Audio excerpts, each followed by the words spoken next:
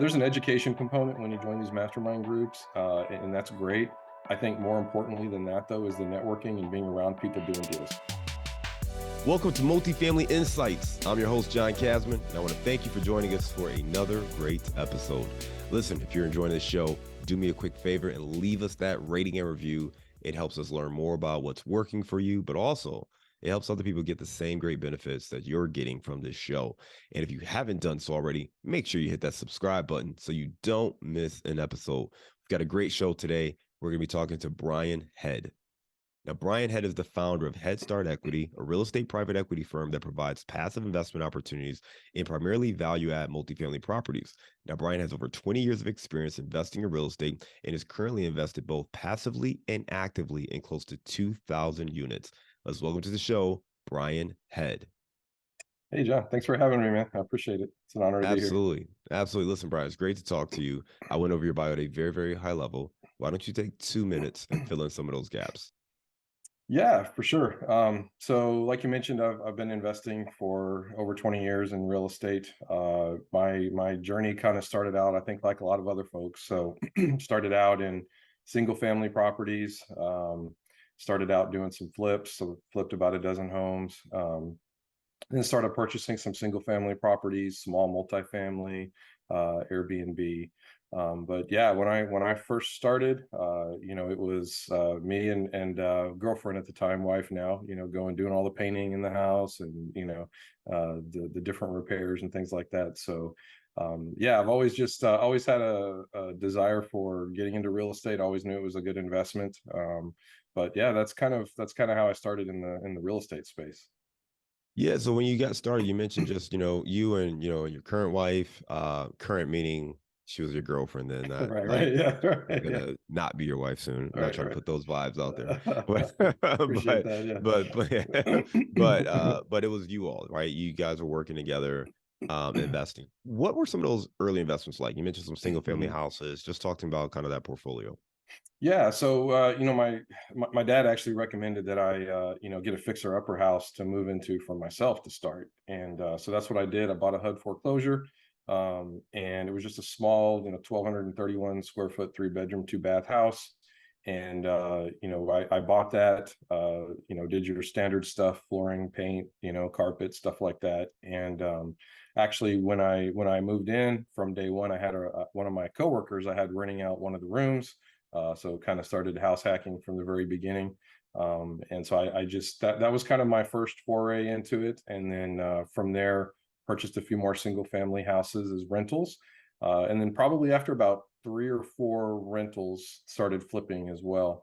And it was easier for me to get started in the rental space than it was the flipping. The flipping was a little bit more intimidating, I would say. But I remember standing on the front porch of one of the properties I was looking at with my real estate agent at the time, kind of hesitating. And by that point, I had some rentals and I had read all the books. And at that time there weren't podcasts, so just educated myself online and met with different people and was really hesitating. And he was like, "Look, man, you're at a paralysis by analysis point here. You got to do something." And so I just jumped in and bought that house. I think I made like $800 on the house. I didn't have a contractor or anything lined up. Literally, the neighbor knew somebody, so I used the guy they knew, and just kind of jumped in and did it, and way over improved the house. It was my first flip. Kind of fixed it up like I was going to live there. You're not supposed to do that, but that's how I did it. Was really picky on a lot of stuff, and so that was one of the reasons why I didn't make much. But yeah, so that was kind of my first flip, and then did a few more flips after that. Um, but that's kind of how we got started in the real estate space. Talk to me about the transition, right? So it's one thing to start with single family. The story we hear often is that, hey, at some point, I went from single family to multifamily. What was that Mhm. transition like for you? Yeah, so just to back up a second too, I guess. So I had been in a corporate job up until May of last year as well. So I worked for a large financial services firm here in San Antonio. Just when, like I said, I left in May, I was there about 25 years. So all of my real estate investing was done on the side up until May of last year. So so I kind of had that background. I was a financial advisor, stockbroker for about 10 years while I was working there. And I think that kind of, I kind of got that bug from high school and economics class. We were asked to track a couple stocks, and and of course at that time it was tracking them in the newspaper. And so I kind of tracked those stocks, and that just kind of, I guess, started the fire on wanting to learn about investing. And so when I graduated high school, I went to the library, checked out books, again, kind of dating myself, and just kind of learned as much as I could about investing. But so I kind of did that. That was my job for a while, again, investing in real estate on the side. The transition between the smaller single family and into the larger multifamily space was kind of a life event that triggered that, honestly. So back in 2018, my wife was diagnosed with breast cancer, and she's cancer free now, thank God. So but the reason I bring that up, and the reason I say that was part of the transition, is because I always knew I wanted to get into a larger multifamily space. So at that point, we had a triplex, duplex, smaller stuff, and I always knew I wanted to get into the bigger stuff. But I was like, well, I don't have $3-4 million myself to go do this, and so I kind of left it at that. But when that life event happened, and it made us reflect on our path and what we're doing, and importance of family and all that, it became apparent that like, look, we, life is short, right? And you always hear that, but when you have a life event like that, it really, brings it to the forefront and makes it very real.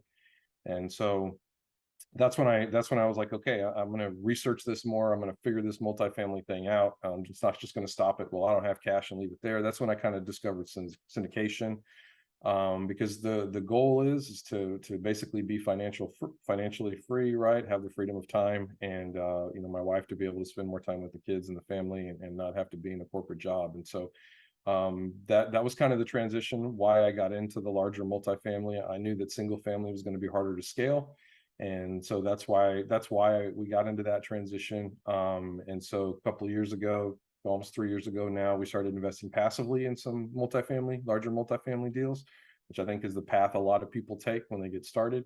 And ours was the same. That's what we did. and and so invested in some deals kind of in some different states, and then joined a local mastermind group here locally, here in San Antonio, to kind of get a better understanding of how syndications work, the structure, GP responsibilities, different things like that. Started listening to podcasts, right? Podcasts are just a wealth of knowledge.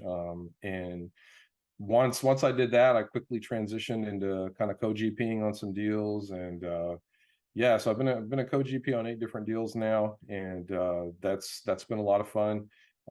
So yeah, that's kind of my transition from the single family to the larger multifamily space. I appreciate you sharing that. And I think there's a lot of familiarity with your story and your journey and with, the journey that a lot of people are on, right? So first and foremost, you have your corporate job, your W-2 job, you're investing in real estate on the side. And I imagine it's starting to get taxing, right? You're doing these single family rentals, you're starting to flip properties, you got the full-time job. But back in 2018, your wife is diagnosed with breast cancer, and that really made you step back and say, okay, what are we doing? How do we prioritize the priorities?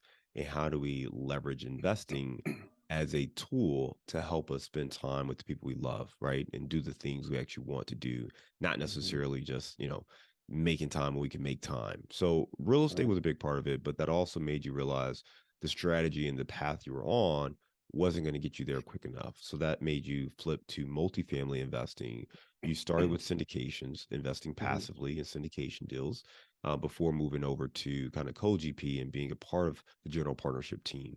So Mhm. for those people who maybe are at that point where, whether it's a life event or they're just realizing that, hey, what I'm doing right now isn't really working, and I'd like to accelerate this, or I'd like to pivot somehow, what Mhm. advice would you give them, or what insights would you give them from your experience at that time frame?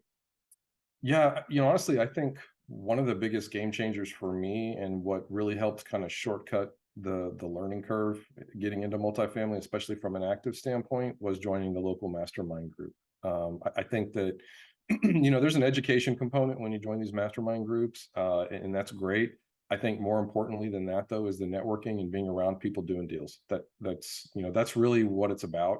And once you do that, and once you get in a room with people with live deals, and you're learning about that, then it's like, okay, this is how they do it. This it's possible, right? And It's that was probably the biggest game changer for me.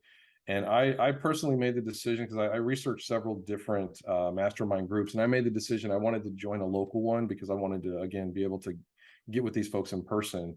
And so I didn't want to join, not to say those are bad, but some of the big national, big brands got thousands of students, stuff like that. So I think our mastermind right now has 40 something folks in it. So a little bit smaller, but it allows you to really network on a deeper level and really get to know people, and especially when it's local to your area. So I would say if somebody's looking to get started, if you can find if there is one that's local to your area, I think that's the best way to start.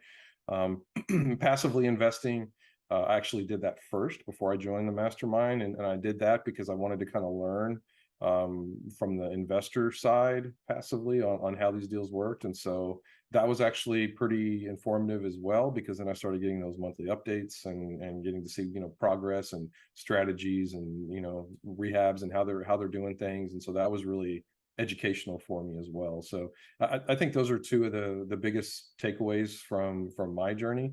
But I will say I think fear is always a big component of it too.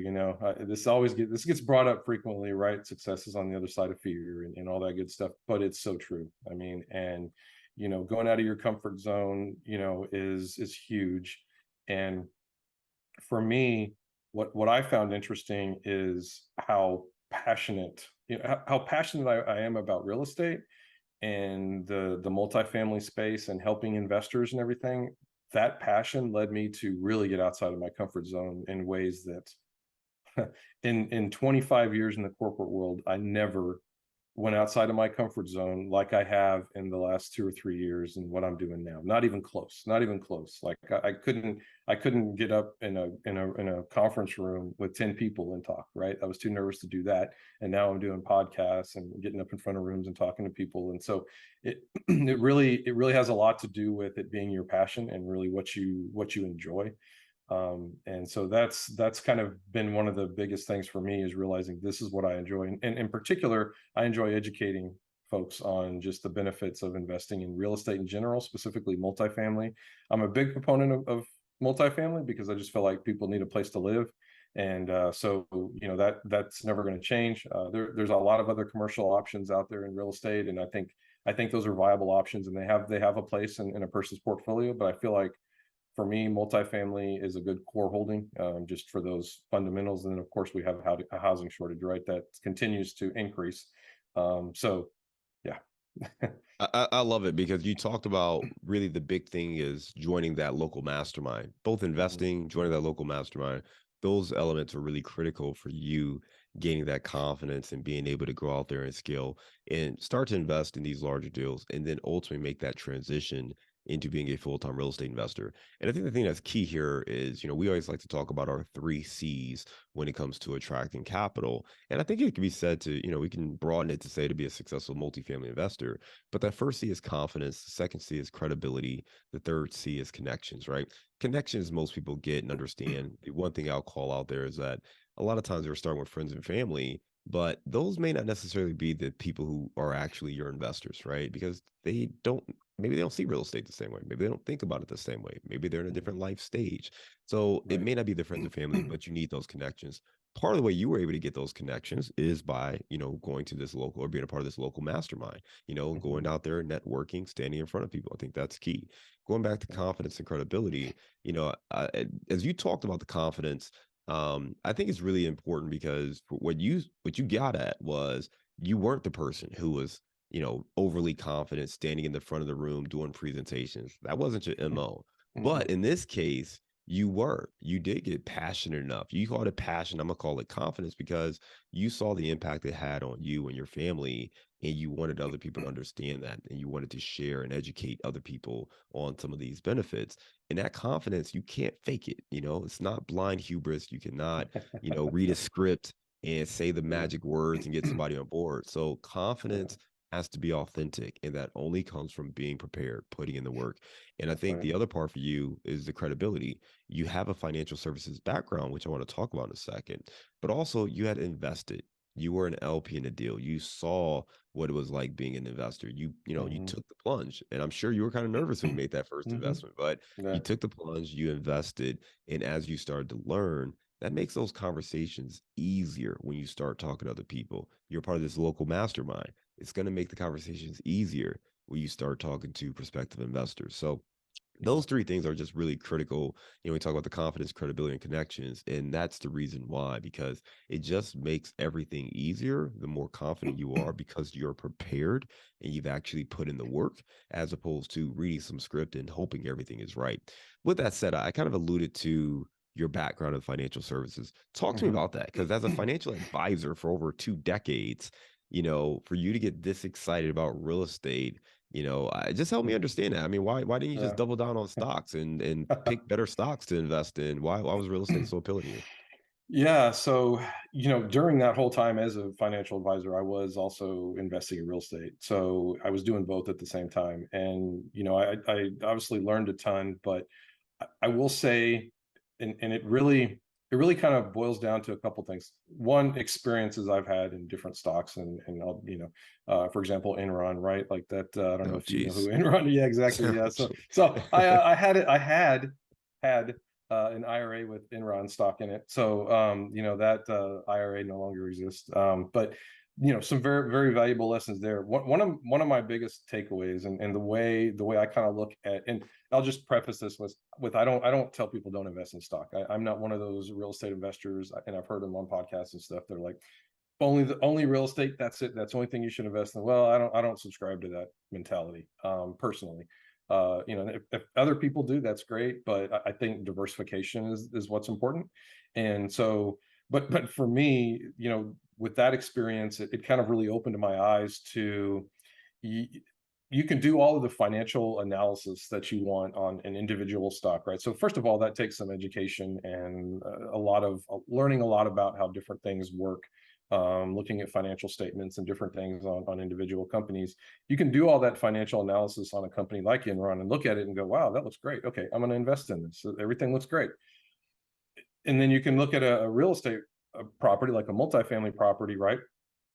And you can look at the comps of other apartments in the area and things like that, and you can see, okay, here's yeah, I can see why they're saying when they buy this apartment complex, they can increase the rents to X because this one is renting below market and there's other ones in the area renting at a higher price, right? So makes perfect sense. The problem with the two or the analogy is, you don't know if that they're cooking the books, you know, for that individual stock like Enron, right? Which is basically, it's more complicated than that, but there was a lot of things they were doing that you just couldn't see, right? But as an investor in a real estate transaction, you can look at comps if it's a single family house. Again, you can look at rental comps if it's a multifamily property. You can't fake that, right? You could shop that apartment complex, go in there, walk in there, ask them what they're renting a 2 bedroom, 1 bath for, right? It's a lot easier to validate value to me in real estate than it is the stock market and individual stocks. And so that's why for me, personally, I was even doing this just a few weeks ago, figuring, okay, my personal net worth, where is my personal net worth? And about a quarter of it is in the stock market, 3/4 of it's in real estate. Again, everybody's different, but that was, some of those experiences that I went through are why I view real estate as an safer investment in my perspective, right? Everybody's going to have their own opinion, but that's kind of my perspective on it. And I think it's a fair perspective because the points you make, really come down to, control and validation, right?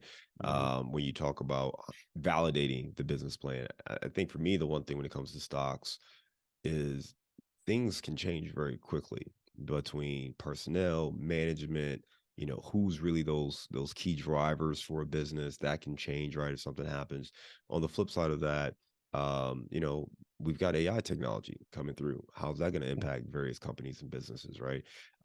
You have different competitors coming through, you have economic challenges coming through. So that's one of the things you always have to look at when it comes to businesses. With real estate, especially when we talk about multifamily, you're right. We've got rents. You're basically just looking at rental demands, right? Now, how profitable a property is, certainly that can vary, but the rental demand you can pretty much confirm just looking up rents in the area, looking at the business plan and getting a general gauge of, hey, is this normal? Is this what we should expect? So some of that you can validate. The other thing to Mhm. just point out is real estate never goes to zero, right? Even if the property itself loses value and is losing money, the land has some innate value. So it won't go down to zero like, on the Enron stocks. Yeah. But on the Yeah. same note, like, obviously you want to make sure you're investing in stuff that will make money and appreciate over time. So just things to consider. And I think it's interesting coming from someone who spent so much time in the stock industry and as a financial advisor talking about that. What's Yeah. next, Brian? What are you working on today and kind of moving forward? What kind of things are you looking at?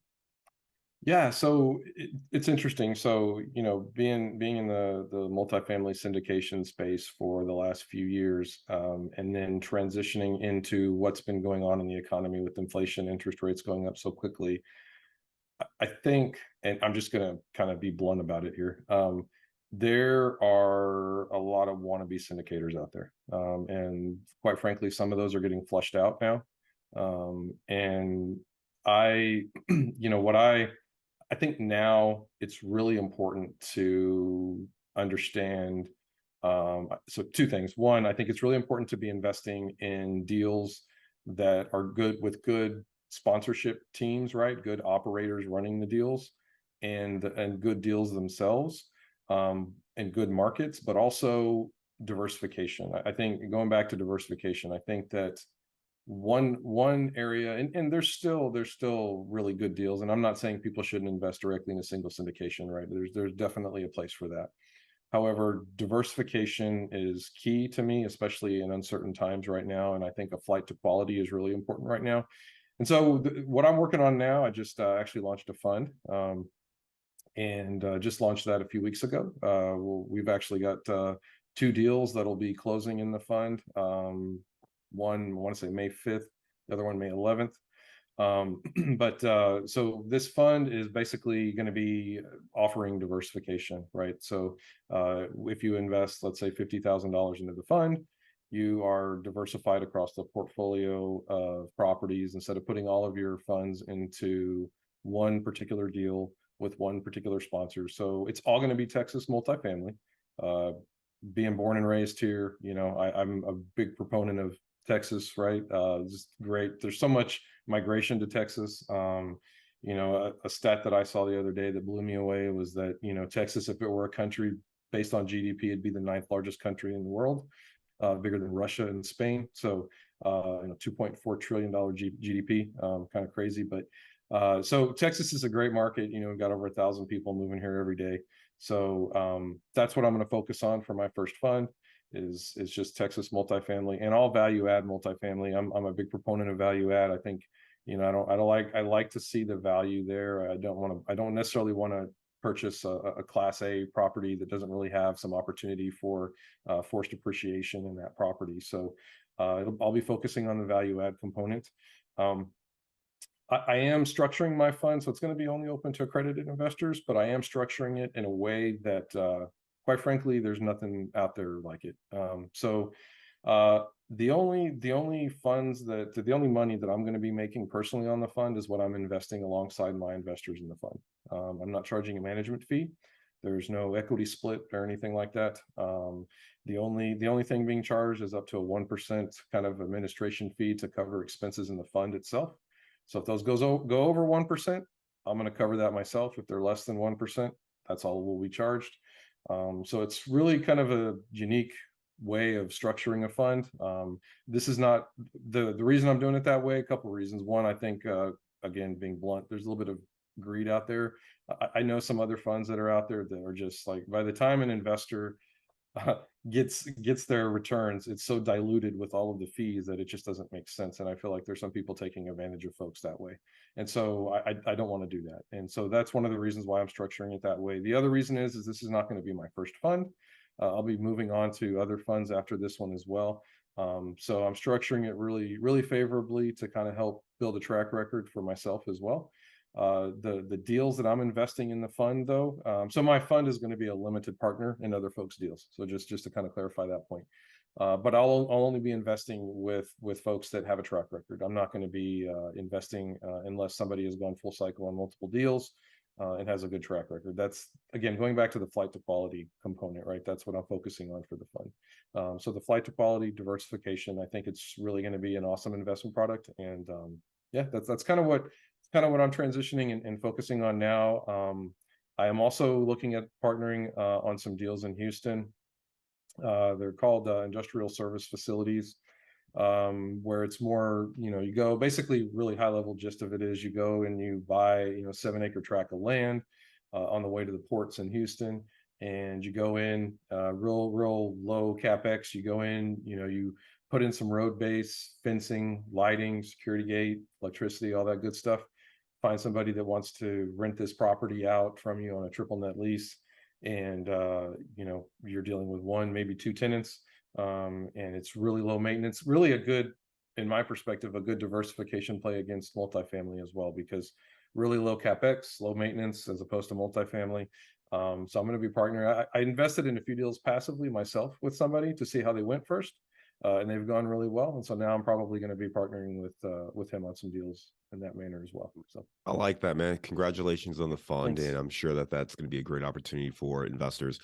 Thing I like that you said was you talked about a flight to quality, and basically what you're saying is, you really want to focus on proven entities at this point when it comes to those operators and people doing these deals. And it kind of goes back to that confidence thing, right? I want to make sure people don't misunderstand it. It's one thing to be confident and maybe overly confident. It's another thing to be prepared. So what I'm talking about is preparation and actually putting in the work. And those are the folks that you're talking about, people who have put in the work, they've demonstrated their experience, their knowledge, their expertise. And those are Mhm. the folks that you are looking to partner with. So it makes a lot of sense, particularly in this market. But Brian, for people who want to learn more about you, some of the deals you've got going on, what's the best Yeah. place for them to reach out? Yeah, best way to reach out to me is just you can send me an email at brian@headstartequity.com. That's my website, headstartequity.com. And then you can hit me up on LinkedIn. That's the only social media I'm on right now. So yeah, either one of those two ways. Would love to talk to anybody. I like I mentioned earlier, I'm really a big proponent of teaching and learning, and that's what I'm passionate about. And so if anybody wants to reach out, and whether you invest with me or not, doesn't matter. I love talking to folks and helping educate them in any way that I can. And yeah, so those would be the best ways to reach out to me. All right, we'll make sure we link to that in our show notes. Now we're going to move on to our round of insights. Okay. Brian, give me a failure or an apparent failure that set you up for later success. Yeah, so going back to the fund, I would say, and I think one thing that people don't do enough of is being vulnerable and sharing their failures. So I've had multiple failures, right? And that's just really an opportunity to learn and move forward, right? And so I think that one of the, so there's been so I'll try to be really brief, but there's this interesting dynamic when you're trying to get into the multifamily space as a partner, right? You want to jump on a deal and you want to learn as much as you can, but it's really exciting to be a partner on a deal, be a co-GP. Most of the time, the folks that need somebody like you to come in and co-GP are folks that are less experienced, right? And so I've been involved in some deals, and this is, and I'm definitely not trying to talk negative of any of the people that I've been involved in, right? But the reality of it is, that's the dynamic, right? And so, we've had to pause some distributions on some of the different deals and things like that. And so, those are the type of things, it's not a failure per se, but it's a learning opportunity where, that's why I'm really focusing on the flight to quality right now. But I've had multiple learning experiences. I mean, I've lost money on real estate deals in the past. I just real briefly, I tried to flip a house that I was doing really well flipping, and then I flipped a house that was way too high price. I got out of that, sweet spot for the area, right? And tried to flip a house, and that's a whole nother story. It's called the stripper house, and there's a reason for that, and I won't get into all those details. But yeah, I lost money on that deal, long or short of it. So. All right, give me a digital or mobile resource you recommend for your business. Yeah, so man, I'm still trying to learn about the chat GPT piece, but I think that's going to be huge. But for me, I would say I use Active Campaign as a CRM. I don't know if that would help folks, but I was using HubSpot. Found that that was going to be just too expensive as I scaled, and so moved over to Active Campaign for my CRM. Give me the book you've recommended or gifted the most in the last year. um, that's funny. So a lot of people go to Rich Dad Poor Dad, right? And that's probably the one that a lot of people start with. I actually you can go to my LinkedIn post. You'll see a post I have on there with my 12-year-old daughter holding the book. I read that to her. There's two reasons why when I would read that to her at night going to bed. One was that she was learning something, and two, it put her to sleep pretty quick. So I was a little selfish from that perspective. But that's a big one. Millionaire Real Estate Investor is another one by Gary Keller. That's a really good one as well. There you go. All right, give me a daily habit that helps you stay focused on your goals. Time blocking. So that was one of the things when I left the corporate world. You a lot of meetings get scheduled for you, and you don't have to really focus on that. And so I didn't really have to worry about the distractions and stuff. Plus, being in the office was another thing. Now I'm my own boss and I am at home. And so time blocking is huge to block out that time to get things done. Because when I left my corporate job, a few months later, I'm like, what the heck have I done? Like I'm not getting anything done, and not questioning should I have left, but like where's my time getting spent? Especially being home, it's really easy to get distracted. So time blocking is huge. Give me your number one insight for multifamily investing. Number one insight for multifamily investing. I would say, again, with the uncertain times that we're in right now with the economy, I think the flight to quality and going with investing in deals with folks that have gone full cycle, have done deals, I think is critical right now. There's a lot of stories out there right now about folks that aren't, I mean, there was one in Texas. There's a huge portfolio of properties that they got foreclosed on. So that's happening more and more. I think that's going to continue to happen more and more, and that's going to provide opportunities for syndicators and multifamily investors that know what they're doing and are able to get some of those properties at a discount. All right, let's lighten the mood, man. You are in San Antonio. Give me your Yeah. favorite place to grab a bite to eat. Oh man. So we have a restaurant here called Bliss, which is a great name for a restaurant, by the way. That's a definitely our go-to spot for my wife and I. So I didn't even like scallops before I went to that place, but oh my God, their scallops are amazing, man. Like the best. Now I can't eat them anywhere else. So that's our go-to place for sure. Awesome food. All right, I love it. Brian, Yeah. listen, you gave us a lot of great information talking about your journey from, being in corporate America, being in the stocks and financial advisor role, investing in real estate on the side, first with single families, then some flips, then eventually into multifamily, starting as an LP, joining this mastermind, and then eventually becoming a co-GP and kind of leading your own fund now. I think a couple of takeaways for me are one, move towards quality, make sure you're continuing to educate yourself and surround yourself with people all the time so you can find some of the best in class type folks to work with. Starting out, you may have to, find people who are, I don't want to say good enough, but Right, right. Yeah. expand your network and continue to expand and learn and grow from there. But always move towards higher quality, and that's going to help you continue to grow. And then beyond that, just making sure that you are passionate about what you're doing. If this isn't the thing you love, that's fine. You can just make money and invest passively. But if you love this and you want to grow it as a business, make sure you're continuing to invest in yourself and in the business itself so that you can grow and scale. Again, for folks that want to learn more about you, they can email you. Give me your email address one more time. Sure. Brian at headstartequity.com. Brian, thanks again for coming on Multifamily Insights. We look forward to staying in touch with you, and I hope you have a great day. All right. Thanks, John. Appreciate it, man. Bye bye.